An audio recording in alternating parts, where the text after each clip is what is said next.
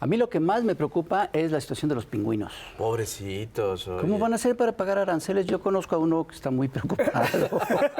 Pero vive en mi casa, ya le dije que no se preocupe. Lo que sí es que esta liberación de aranceles que hizo Donald Trump, El Día de la Liberación. el Día de la Liberación, sumergió a todo el planeta en una crisis brutal. Y hay una cosa que a mí me parece una situación que es inédita, es que a México es el país que mejor está. Y Los pingüinos envidian. la Pero situación ojo, de México. porque la situación no es fácil, es una cosa muy compleja.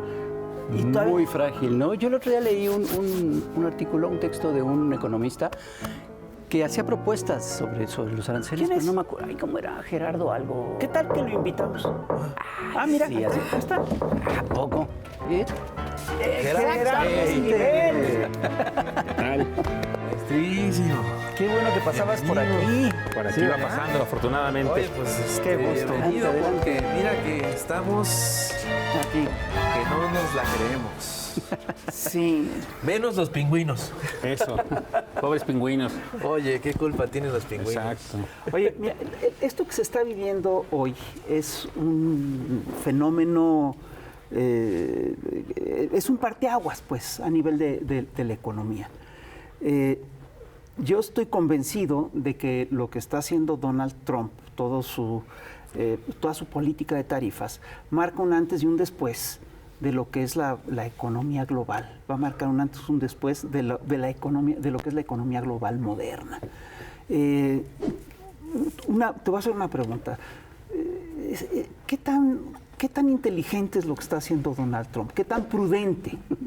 Usamos ese Qué tan genial. ¿Qué tan genial es lo que está haciendo Donald Trump? No es verdad que esta política arancelaria puede precipitar la inflación en Estados Unidos, puede provocar la inflación en Estados Unidos, puede provocar una recesión, un estancamiento e inflación juntos. No es cierto que esto pone en aprietos al país más endeudado del planeta, que es el propio Estados Unidos. ¿Qué está pasando ahí, Gerardo?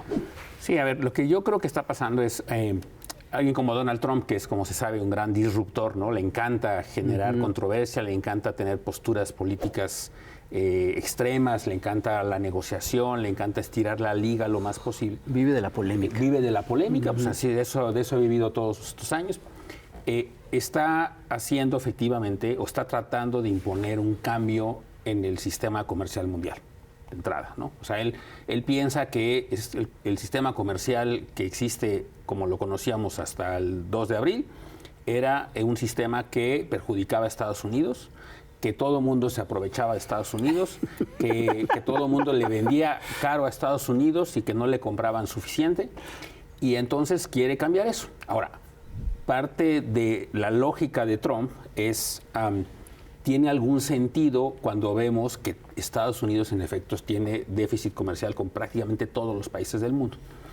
Entonces ese es el origen de su preocupación, ¿no? Claro, es su argumento. Es su argumento. Ahora, no entiende por qué ocurre eso. No ocurre pues porque Estados Unidos es la potencia hegemónica, con el dólar siendo la moneda mundial, que ellos imprimen y pueden de alguna manera comprar más que otros, tienen un gran poder de compra, pues es una economía enorme, ¿no? El triple de la economía mexicana en volumen, en población, casi pues mucho más que eso en términos de poder de compra. Claro. Entonces es un país que evidentemente tiene una gran capacidad de compra, ¿no?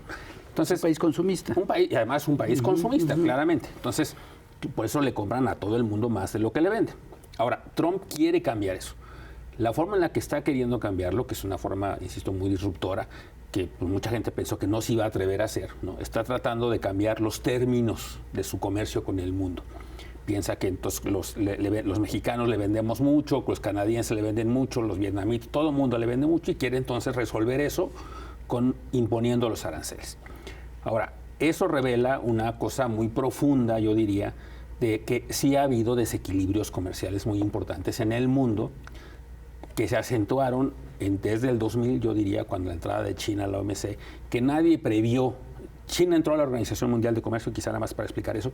China no era parte digamos, del sistema comercial mundial en sentido estricto hasta el 2000, formalmente, cuando entra a la Organización Mundial de Comercio y ya entra con pleno derecho, como todos los otros países, a poder comprar y vender en los mismos términos, en fin.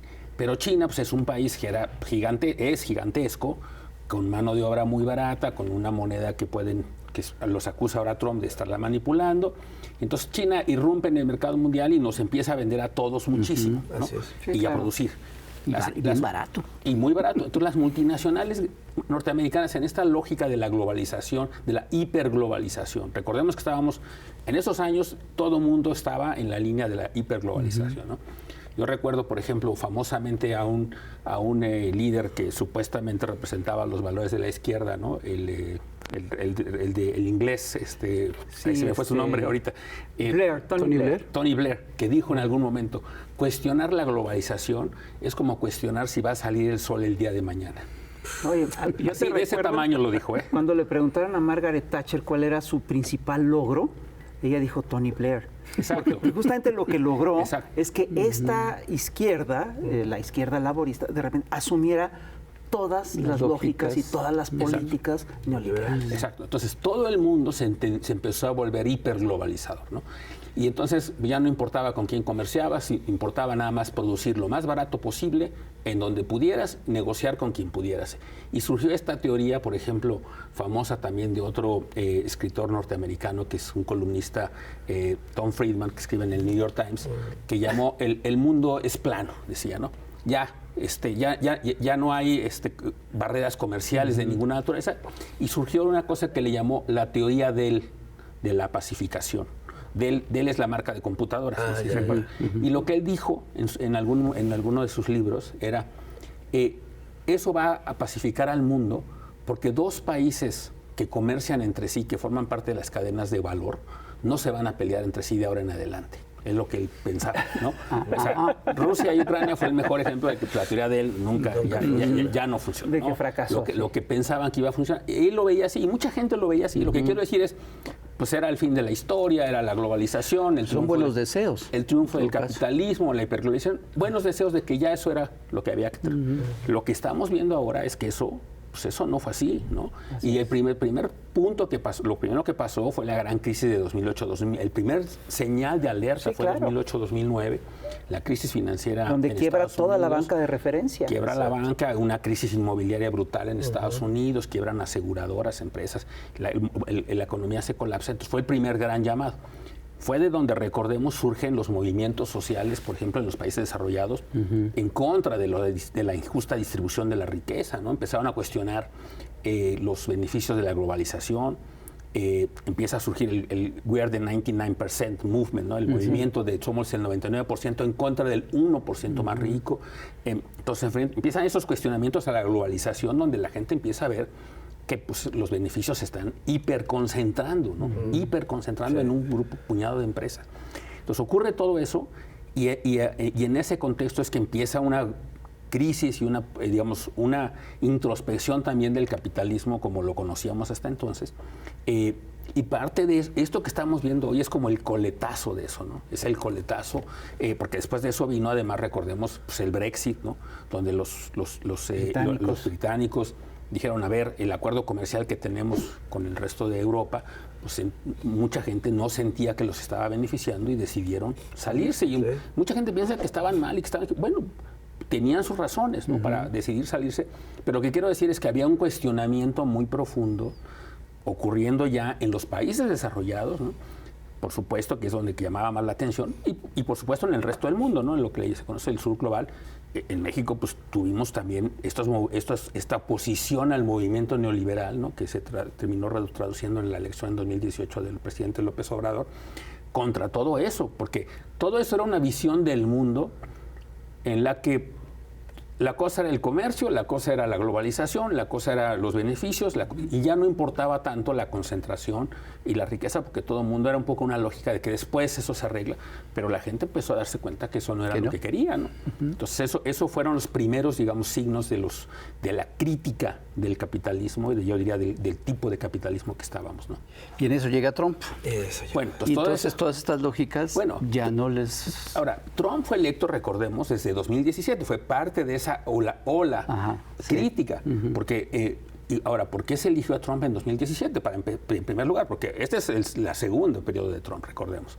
Pero en 2017 fue electo, y no sé si ustedes recuerdan, pero yo me acuerdo muy bien en el 2017, Trump, una imagen icónica, ¿no?, que fue portada en muchos periódicos, parado frente a la Ford Motor Company en Detroit, ¿no?, así viendo cerrada la Ford, delante de todos los trabajadores de la industria automotriz, diciendo que él iba a regresar. Porque la razón por la que los sectores, digamos, empobrecidos de las zonas manufactureras estadounidenses votaron por Trump, o sea, Estados Unidos, nomás para un poco recordar, está dividido entre las zonas urbanas son muy demócratas, las zonas rurales son muy republicanas, y luego hay unos estados que le llaman estados columpio o swing states, que cambian, a veces votan por un partido, a veces votan por el otro. Históricamente, muchos de estos habían votado, los trabajadores habían votado muchas veces por los demócratas, ¿no? Sentían que eran más progresistas, pero llegó Trump. Y Trump los convenció de que él era el que les iba a resolver los problemas, porque él les dijo... Pero también porque los demócratas efectivamente los demócratas se olvidaron de esos sectores. Exacto. Se empezaron a concentrar en los sectores más afluentes, ¿no? Su votante se volvió más el voto urbano, educado, ilustrado, digamos, que ellos lo veían, que pensaban que era el que les iba a dar el triunfo, y se olvidaron efectivamente de los trabajadores que habían sido perjudicados, pues un poco por el fenómeno mismo de la globalización, donde, pues sí, muchos ganan, pero otros pierden. Claro. Y los que perdieron, pues claramente eran sectores de la industria automotriz, de lo que se llama en Estados Unidos el cinturón el Rust Belt, le llaman en inglés, que es como el cinturón manufacturero, ¿no? Pensilvania, Wisconsin, todo eso era la industria que se empezó a desaparecer, ¿no? Uno va a esas zonas y son zonas, Detroit, todas esas zonas, son zonas que se ven pues en decadencia, ¿no? Zonas que eran muy ricas, generaron todo el desarrollo industrial de Estados Unidos en algún momento, y poco a poco, conforme la manufactura se fue yendo, ¿y a dónde se fue yendo? No se vino a México, una parte se vino a México, sí, sin duda, porque era más barato y más conveniente, pero una muy buena parte se fue a China, porque justo cuando entra China a la Organización Mundial de Comercio, todas estas empresas, lo que dicen a veces, a mí dónde me conviene instalarme, y se fueron a China y a otras partes de Asia, ¿no? Y entonces eso Trump lo capitaliza, y por eso les dice a los trabajadores de la industria, yo les voy a ayudar, y por eso Trump gana en esas zonas, ¿no? Porque además su candidata, recordemos, era Hillary Clinton. Quizá Trump no le hubiera ganado a Bernie Sanders, porque el discurso de Bernie Sanders era más parecido al de Trump en ese tema, mucho más, digamos, preocupado por el bienestar de esos segmentos de la población. Con la diferencia de que Sanders tenía más vínculos reales con el movimiento de los trabajadores, claro. Digo, sí hay una diferencia. Claro, pero en los demócratas terminó triunfando pues Hillary Clinton, ¿no? Un poco el establishment demócrata, que pues Hillary Clinton pues no tenía ningún atractivo para los votantes de esta naturaleza, porque la veían muy lejana, ¿no? La veían un poco la élite democrática del Partido Demócrata, que justo era los que le habían no ayudado en ese proceso, ¿no? Y la ven así básicamente porque lo es. Porque lo es, claro. Y eso es en 2017, ¿no? Pierde Trump en el 21 un poco por el tema de la pandemia, un poco por las condiciones, y luego vuelve a ganar con el mismo discurso, digamos, recargado, ¿no? Sí, claro. Porque todos esos sectores de la población siguen estando emproblemados, no hay crecimiento económico en esas regiones del país. Y esas regiones de Estados Unidos son las que determinaron básicamente el resultado electoral. Que ahora sí gana con la mayoría de los votos. Ahora obtuvo, a diferencia de la primera vez que no tuvo la mayoría de los votos. La mayoría popular, lo que le llaman. Sí, ahora sí gana. Entonces venía recargado, ¿no? Su segundo periodo. Y entonces dijo, ahora sí voy a cumplir con más vigor, digamos, esas promesas que hizo. Y entonces produjo lo que vimos que anunció ahora, que es aranceles para todo el mundo, ¿no? Para buena parte del mundo, y a nosotros, a México y a Canadá amenazado, pero si uno ve el balance de cómo ocurrieron las cosas, los muchos aranceles que anunció van a terminar posiblemente perjudicando, y un poco lo que dices, a la economía estadounidense, a la economía mundial, el comercio se va a reducir, porque pues hay aranceles ahora, y en el relativo, digamos, a México, pues no le fue, yo no diría ni tan mal, yo diría que le fue relativamente bien. Y además yo tengo algunos elementos que creo que hacia adelante le van a ayudar bastante, ¿no? Junto con algunas cosas que se están anunciando por parte del gobierno de respuesta, creo que puede combinarse muy bien para que hacia adelante a México, digamos, dentro de toda esta malas noticias para la economía mundial que representa Trump y los aranceles, y digo, sabemos que son malas noticias porque pues, hemos visto el impacto mundial que esto ha tenido, las respuestas, pero es interesante también empezar a analizar un poquito con más detalle qué empresas, por ejemplo, se cayeron en las bolsas, porque no se cayó cualquier tipo de empresa. Se cayeron algunas empresas. Por ejemplo, ¿cuáles se cayeron y por qué creo que eso al final, a la larga, le puede ayudar mucho a México? Por ejemplo, se cayó Apple. ¿Por qué se cayó Apple? Porque Apple produce una gran cantidad de su producción en Asia. Y Apple no estaba mandando ninguna señal de relocalización. Apple estaba muy contenta y muy tranquila, produciendo muy barato en China. Y en este proceso de relocalización que ya se había venido hablando desde hace casi 2 años, Apple no estaba dando ninguna señal de cambio. Ahora con los aranceles, pues va a tener que pensar en la relocalización. ¿Hacia dónde se va a tener que ir? Yo creo que México es un posible destino para buena parte de la producción de Apple. ¿Qué otra empresa? Nike, por ejemplo. O sea, pues, ni modo que la gente no va a dejar de comprar tenis, ¿no? Menos de esa marca, que es una marca muy poderosa, muy exitosa. Colocada. ¿Por qué Nike? Porque Nike está produciendo, movió parte de su producía primero en China y luego movió parte de su producción hacia Vietnam. Es que todas esas empresas hacen eso, ¿no? Producen en Asia. Claro, producen porque es muy barato. Es muy barato, entonces les conviene producir allá.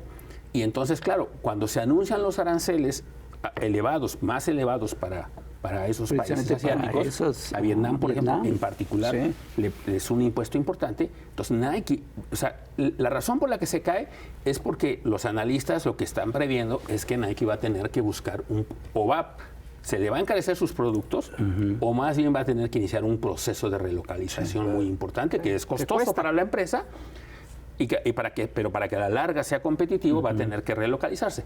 ¿A dónde se va a venir Nike? ¿A dónde se va a ir? Muy posiblemente si México se pone bien las pilas. A un país que está al lado y que no tiene aranceles. Y que no tiene, exactamente.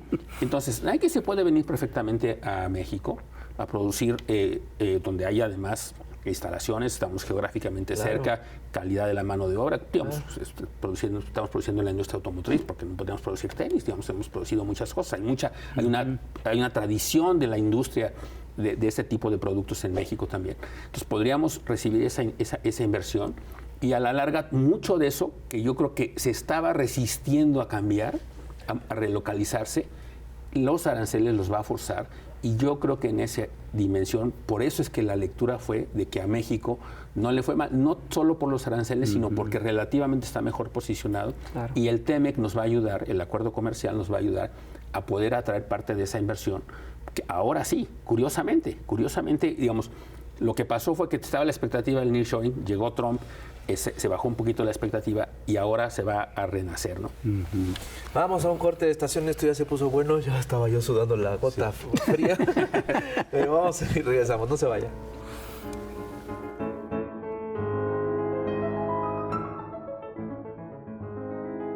Seguimos en Chamoco TV platicando con Gerardo Esquivel, economista.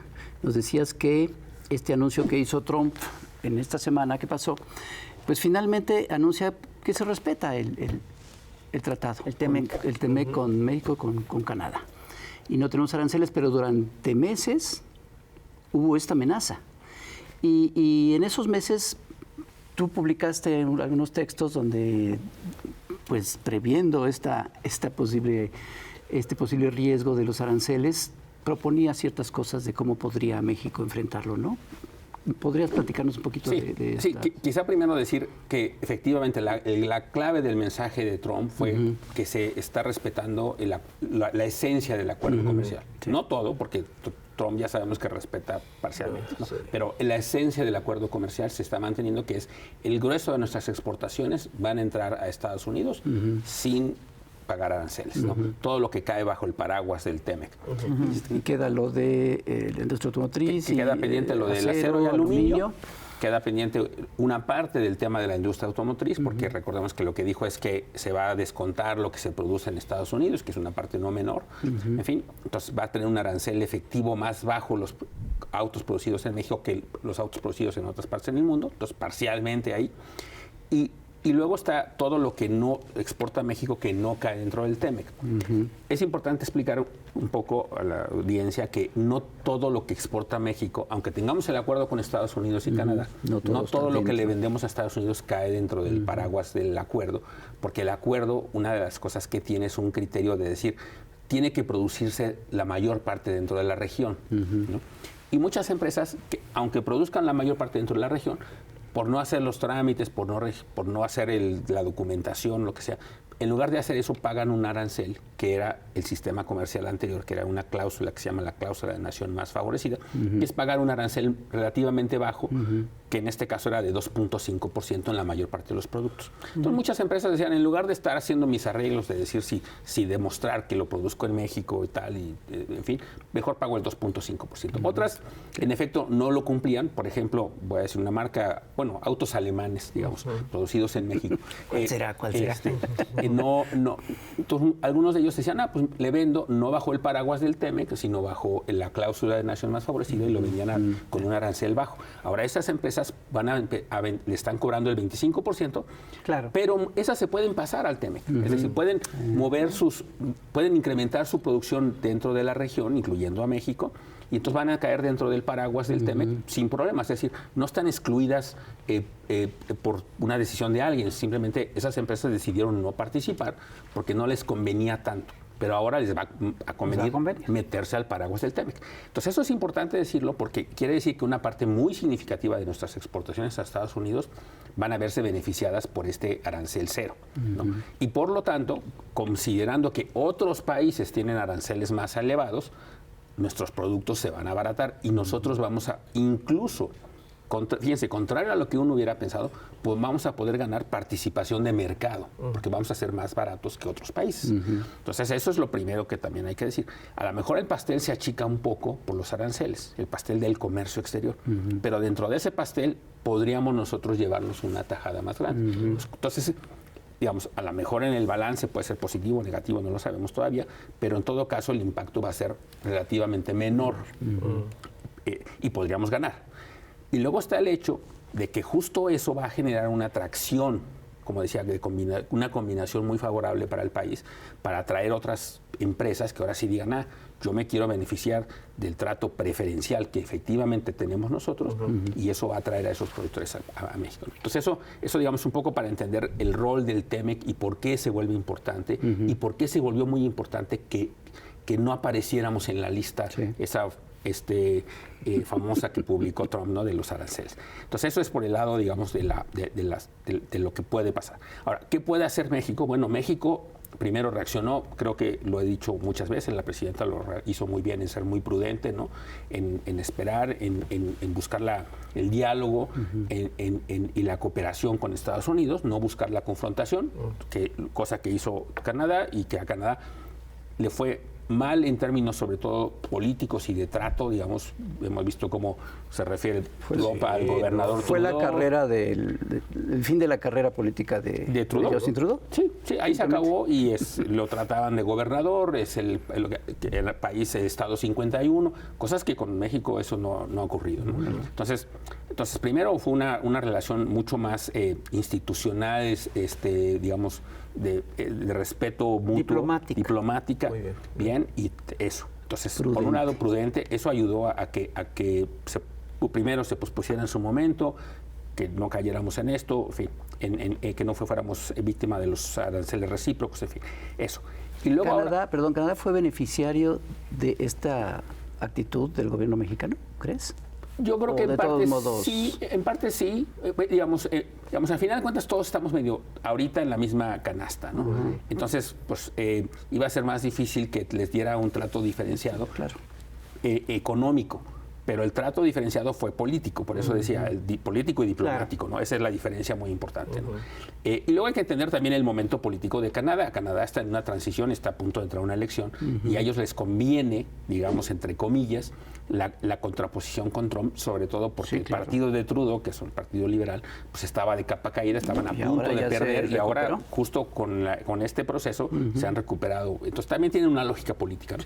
Pero en el caso de México, pues insisto, se han hecho estas medidas, y también se anunciaron otras medidas, como se sabe, de fortalecimiento de la economía doméstica, ¿no? El Plan México, que es una cosa que ya se había planteado desde hace unas semanas, y ahora se anunciaron cosas más específicas, que todo eso va en la dirección correcta, en mi opinión, porque justo lo que vamos a necesitar ahora es, primero, tratar de buscar reducir la vulnerabilidad de México frente al exterior, ¿no? Salir un poco de nuevo de esta lógica hiperglobalizadora, es decir, también fortalezcamos el mercado interno, que es una cosa que se viene haciendo, por cierto, desde López Obrador. Sí. Porque ahí se fortaleció el mercado interno con la capacidad de compra de consumo de los hogares mexicanos, Así ¿no? es. Con los programas sociales, con el aumento del salario mínimo, con la reforma laboral. Todo eso ayudó, digamos, a fortalecer la capacidad de compra, ¿no? De una parte, un segmento muy amplio de la población. Y reactivar la economía. Eso, con el consumo. Y luego ahora necesitamos fortalecer la producción doméstica, ¿no? Entonces ahí va todas estas propuestas de fortalecer la producción interna,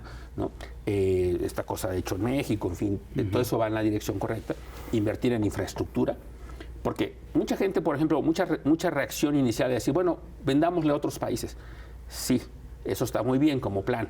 La cosa es, para vender a otros países necesitamos buena infraestructura, por ejemplo, ¿no? Sí, claro. Entonces ahora el plan incluye mucho de invertir en infraestructura. ¿Por qué? Porque si queremos venderle, ¿por qué razón le vendemos a Estados Unidos? Pues porque nada más agarramos la carretera y sacamos los productos por la frontera norte relativamente fácil y barato. Queremos venderle más a Europa, pues tenemos que mandarlo por los puertos. Entonces tenemos que tener buenos puertos. Claro. Queremos venderle más a Asia, está muy bien. Tengamos buenos puertos del lado del Pacífico, Pacífico y Atlántico. Claro. Entonces tengamos eso, tengamos buena comunicación de las zonas productoras hacia los puertos. Entonces eso implica pues los polos estos que se están llamando del bienestar, que para fortalecer la producción interna y la comunicación y las comunicaciones, digamos, hacia otras partes del mundo, para poder empezar también a diversificar un poco más nuestro producto y no depender tanto del mercado norteamericano. Ahora, inevitablemente a quien más le vamos a vender siempre, casi por obvias razones, Por es la a Estados vecindad, Unidos, por la pues. vecindad, Claro. por la capacidad de compra, por nuestra complementariedad, etcétera. Pero si nos diversificamos, es una buena señal. Y si fortalecemos la producción interna, pues más aún, ¿no? sí. Entonces, en ese sentido, los anuncios también que se dieron ayer de parte de la presidenta de fortalecer estos puntos del Plan México ya más específicos, ¿no? Que incluye crédito, que incluye la producción agropecuaria, que incluye el reforzamiento de los programas del bienestar. Todo eso va en la dirección correcta. Es decir, todo eso es para aprovechar además hacia adelante, cosas de energía también se anunciaron. Todo eso va en la dirección de ayudar también a diversificar, pero también nos va a ayudar a capturar mejor los potenciales, la relocalización, que creo yo que ahora sí se va a acelerar, ¿no? Porque, insisto, muchas de esas, mencionábamos en el corte que no todas la caída no fue de la bolsa en Estados Unidos no fue generalizada. Bueno, cayeron los precios de las acciones de muchas empresas, pero cayeron más las acciones de esas empresas que tienen producción en Asia, porque fueron los más castigados, son los que tendrán que incurrir en costos de relocalización. E insisto, México está en la mejor situación posible para beneficiarse de esa relocalización futura, ¿no? Que posiblemente empezaremos a ver anuncios pronto. Entonces, qué mejor que estar en esta posición ventajosa, con claridad de qué es lo que queremos hacer, ¿no? Y políticas en esa dirección, y con la ventaja relativa que nos va a ofrecer el trato preferencial del TEMEC todavía, ¿no? Bueno, pues estás muy optimista. Mira, dentro de lo pesimista de la situación mundial, digamos Sí, que... claro. Dentro sí, de la gravedad de la situación. dentro de la gravedad, mira, yo lo que creo siempre creí en el tema de que en Norteamérica, por una razón estamos integrados, ¿no? No estamos integrados en el acuerdo comercial por una decisión solo de política de los líderes que en su momento firmaron el acuerdo comercial. Estamos integrados por Solo geográfica. o solo geográfica. Estamos integrados porque tenemos, la cosa geográfica obviamente es muy poderosa, Claro. pero luego también somos economías muy complementarias, ¿no? claro. Somos, ¿por qué razón? Bueno, Canadá tiene una gran abundancia de recursos naturales, ¿no? Es muy barata, energía, bosques, maderas, etcétera, todo eso. Estados Unidos tiene capital, o sea, financiero y tecnología, ¿no? Y nosotros tenemos mucha mano de obra, mucha capacidad de trabajo, y todo eso se combina para hacer a la región una región que cuando se integra es muy competitiva a nivel mundial. Entonces, por eso ocurrió, ¿no? Se fue dando la integración con el paso de los años, porque nos dimos cuenta los países y los actores que combinar a las características de las tres economías era en beneficio para los tres países, claro. ¿no? Entonces eso ocurrió, o sea, hay fuerzas integradoras. Pero cuando se implementó, sí afectó mucho a la economía de México, porque se dejó de producir, se abandonó Destruyó al totalmente. mercado Bueno, interno, por eso... Es que de nuevo, cuando hay esas, el comercio tiene beneficios, tiene ganadores y perdedores. Claro. Entonces, siempre, muchas veces los grandes promotores de los acuerdos comerciales solo hablan de los beneficios, ¿no? Que fue lo que pasó cuando se firmó el TLC. Así es. Entonces todo el mundo hablaba de los beneficios y vamos a casa. Y nadie nunca dijo, oigan, o bueno, sí, mucha gente dijo, ¿no? Mucha gente protestó y dijo, Monero. mucha gente Hay un sí monero lo puso a viejito pensar, que dijeron, a ver, dijo el TLC. esto va a destruir la industria y puede afectar tal. Y sí, y es cierto, así ocurrió. Es un poco lo mismo que pasa, como decía en Estados Unidos, la globalización generó perdedores, ¿no? Claro. Sí. Y si no compensas, el gran tema del comercio, digamos, es que tienes que buscar mecanismos de compensación. Exacto. Para que en el balance, si ganas con el comercio, pues entonces que los que pierdan no pierdan tanto, o que si de hecho los puedes compensar lo suficiente, mejor aún, y para que lo que ganar los que ganan, pues en parte se redistribuyan los beneficios, ¿no?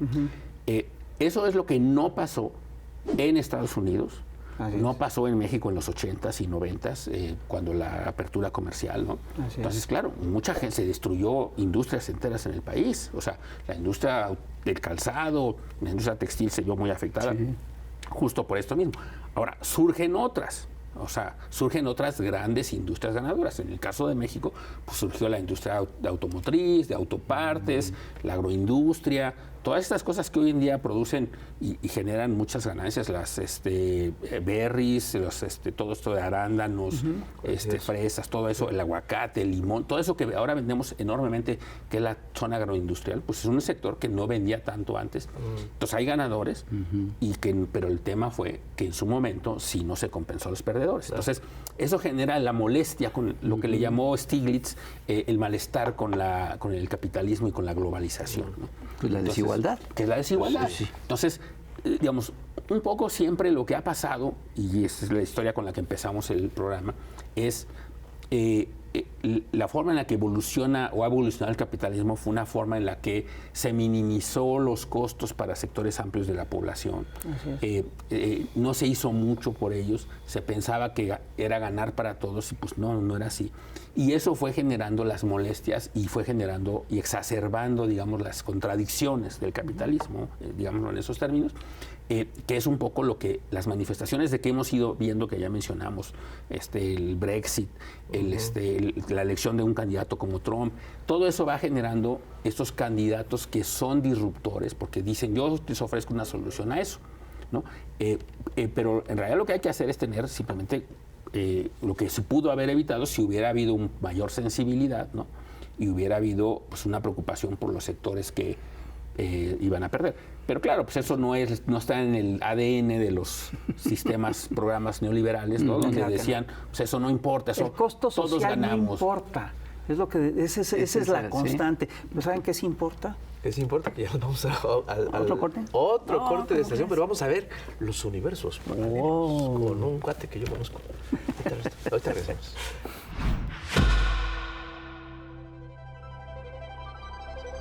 Hoy, en Universos Paralelos, escucharemos el rap de la elección judicial.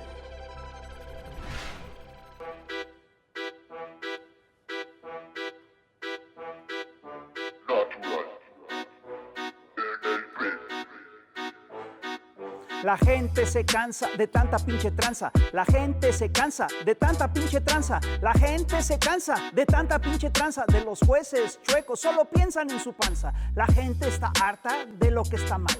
Les estoy hablando del poder que es judicial. Liberan a narcos y a los evasores. La ley es un charco de malos olores. La gente cansada y con mucha fe dijo a la chingada y votó por el plan C. Pronto habrá elecciones por primera vez. Salgas a las urnas a votar por un juez. Los opositores quieren boicotear y es que ellos no quieren que tú salgas a votar. Ahora los del INE, dime qué esperabas. Para las elecciones están poniendo muchas trabas. El INE amenaza con poner demanda a toda la raza que quiera hacer propaganda. Ni la presidenta, y esto es oficial, puede abrir la boca de la elección judicial. No quieren que sepas de que habrá elecciones. Esa machincuepa tiene malas intenciones. A toda la raza quieren controlar. Quiere la derecha que no salgas a votar. La gente se cansa de tanta pinche tranza. La gente se cansa de tanta pinche tranza. La gente se cansa de tanta pinche tranza. La gente se cansa de tanta pinche tranza.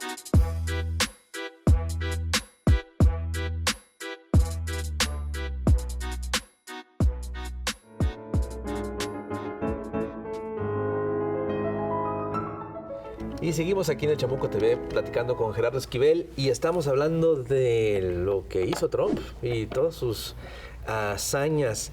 ¿Tú qué peligros ves en el futuro inmediato, mediano y largo con esta conducta errática, incluso llegaste a decirlo en tu última columna? Sí, es confusa, es caótica, es errática, ¿no? No era claro qué es lo que quería. Además, confusiones conceptuales muy importantes. Mezclaba el IVA, por ejemplo, que se cobra en el país y en otros lugares del mundo con un arancel que no tiene nada que ver, en fin. Así es Trump, ¿no? Mezcla cosas. En su discurso fue muy caótico, recordemos. En fin. Pero hay un riesgo para la economía, obviamente, que ya lo vimos, por eso las bolsas cayeron. La gente piensa los analistas piensan que puede tener implicaciones para Estados Unidos, que puede orillarlo a un estancamiento con inflación. Ese es el riesgo para Estados Unidos. La stagflation famosa. Stagflation, que fue una cosa que tuvimos en algún momento en los 70s, principios de los 80s, cuando vino el aumento de los precios del petróleo, de la OPEP, que se cuadruplicaron de la noche a la mañana los precios del petróleo allá en los 70s, generaron ese fenómeno que desde entonces se conoce como estanflación, que es estancamiento económico, o sea, bajo crecimiento y además inflación. Pues ese es el riesgo para Estados Unidos, ¿no? Y ese es por eso las bolsas se lo reflejan, ¿no? Una caída en las bolsas. Ahora, el riesgo hay un riesgo, insisto, para Trump que le salga mal todo esto, ¿no? En lugar de lograr lo que quiere, que es la recomposición del comercio, pues puede terminar enojando a su electorado, ¿no? Enojando a sus votantes. Que ya está pasando. Que ya está pasando, ya los primeros indicadores de popularidad cayeron. Y nada más les quiero decir un dato que me parece muy interesante. En Estados Unidos todo el tiempo hay elecciones especiales porque cuando por ejemplo, fallece un congresista, se elige, se tiene que elegir en algún momento, en un periodo determinado, no hay suplentes, entonces se tiene que volver a hacer una elección.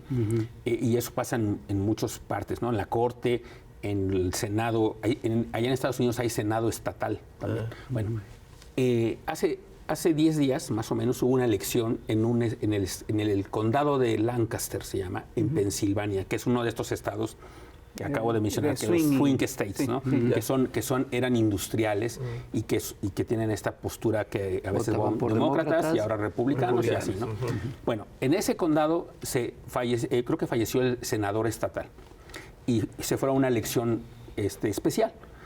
Ese condado había sido ganado por los republicanos, escuchen esta fecha, desde 1889. O sea, oyeron bien, 1889. Constantemente. 136 años consecutivos habían ganado los republicanos. O sea, ni en Guanajuato. Exacto. Ni en la Benito Juárez. Es exacto.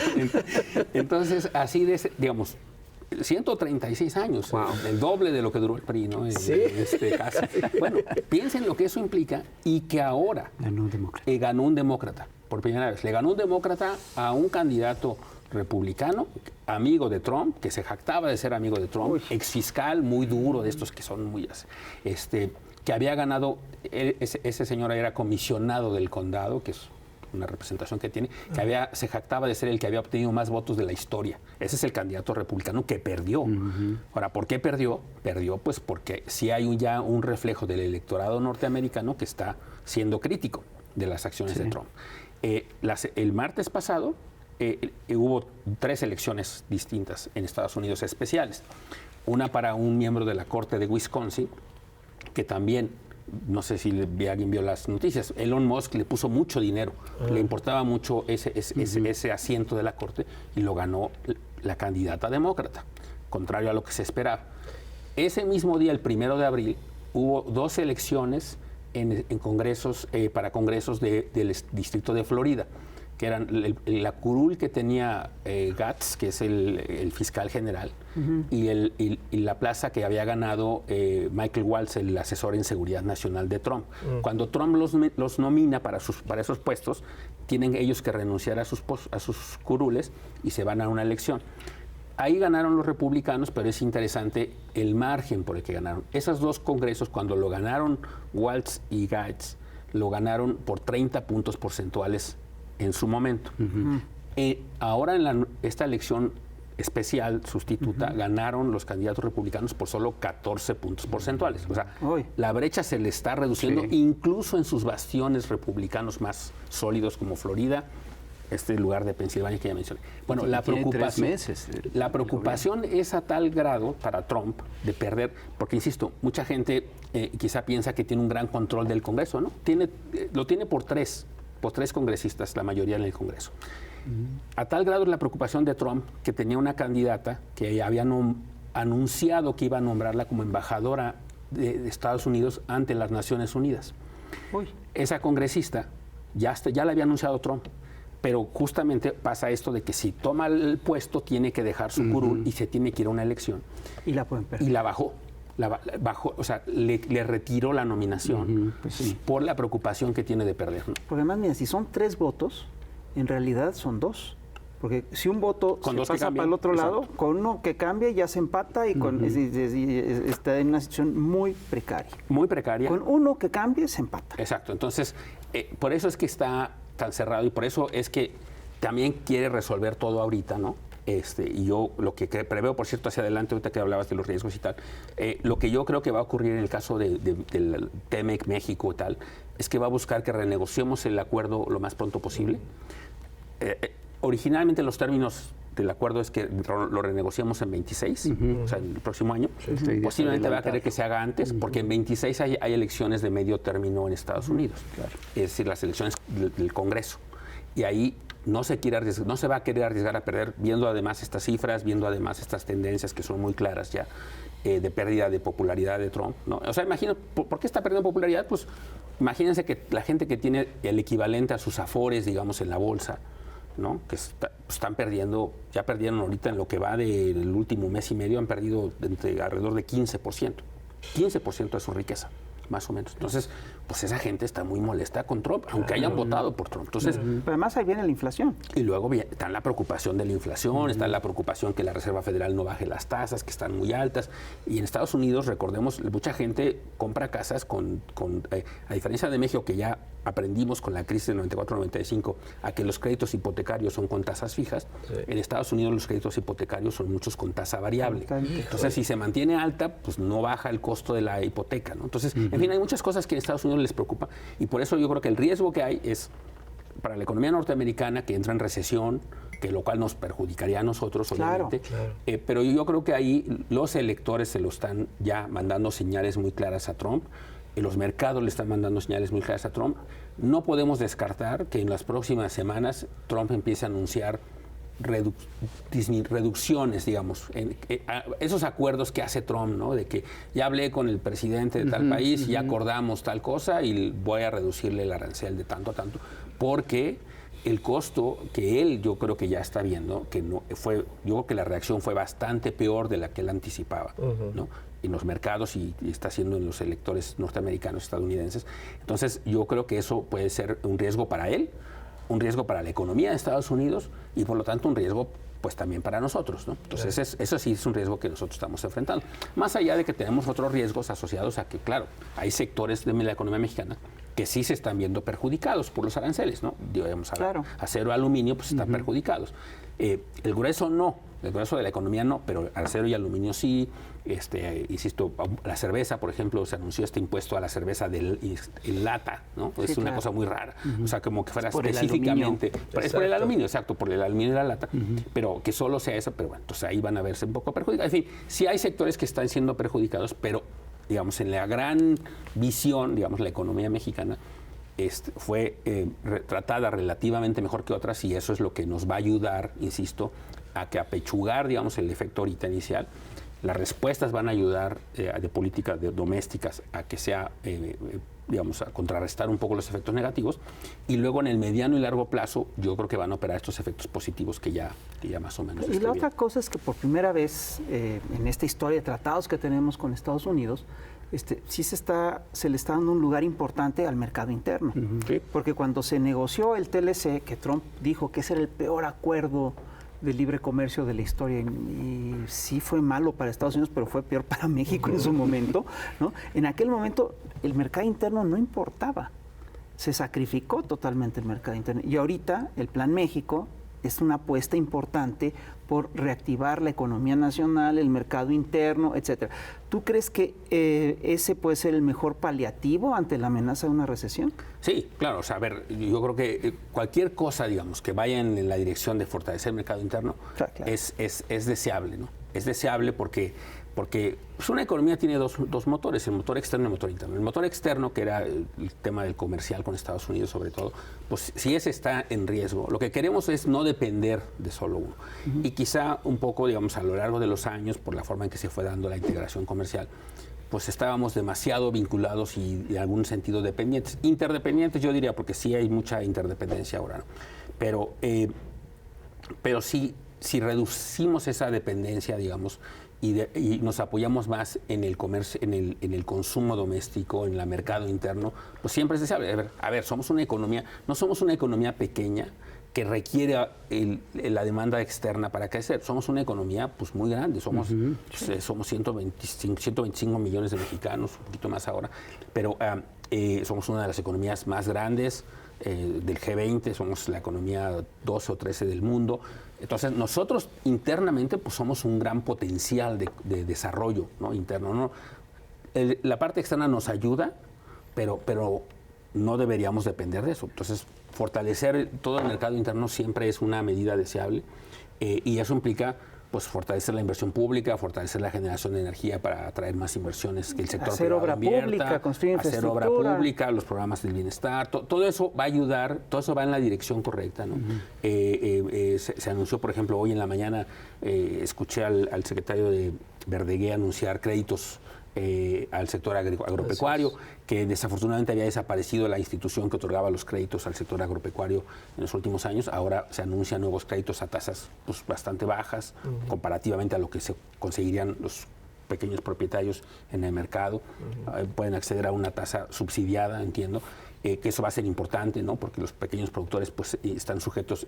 Por cierto, además tenía un componente de seguro y de fijación de precio para garantizar, darle certeza a los productores, cosas que son, ese tipo de cosas parecen pequeñas, pero son muy importantes para un pequeño productor que le digan, a ver, tú vas a producir, puedes producir más, te vamos a dar apoyo para que compres lo que necesitas, insumos, y invertir en tu tierra, siembras, produces, tienes un seguro porque en caso de que haya sequía, si lo pierdes, no pierdes tu ingreso.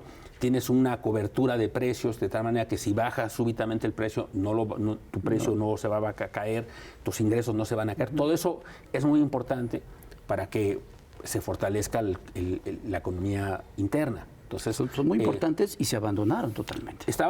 Muchas de esas cosas pues se consideraba que el mercado medio que los podía resolver, en fin, casi como que por obra y gracia del Espíritu Santo se arreglaba, ¿no? La mano invisible. La mano invisible. Entonces, ¿y sabes cómo les hizo la mano invisible del mercado?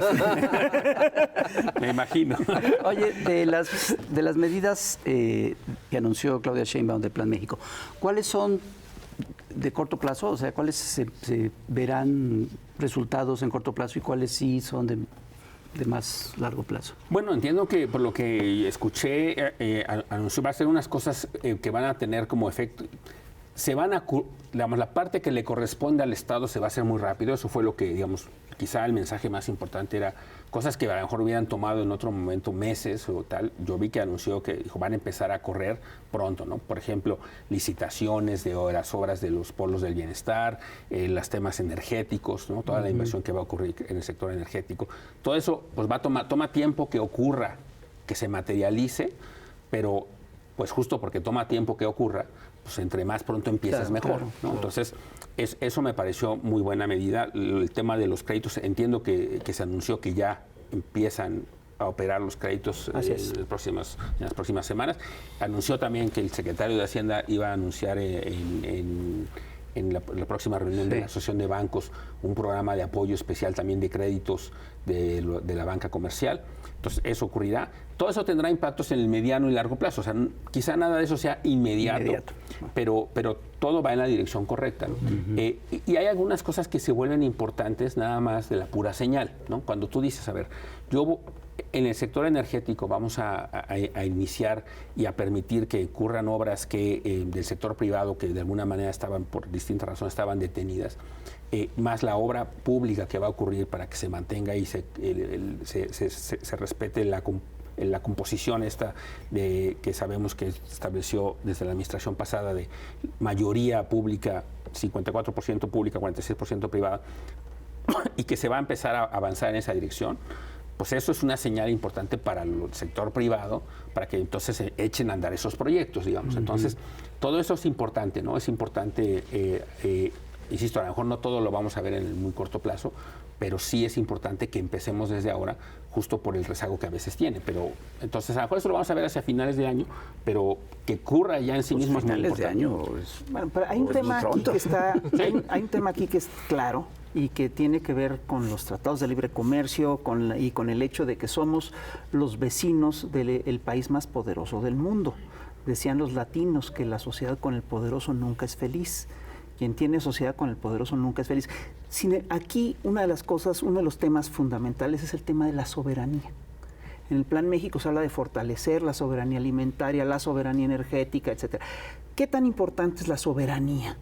La lucha por la soberanía en todos estos procesos, Gerardo. No, yo creo que es crucial. O sea, a ver, eso sin duda, ¿no? Es decir, la soberanía entendida en este sentido amplio, ¿no?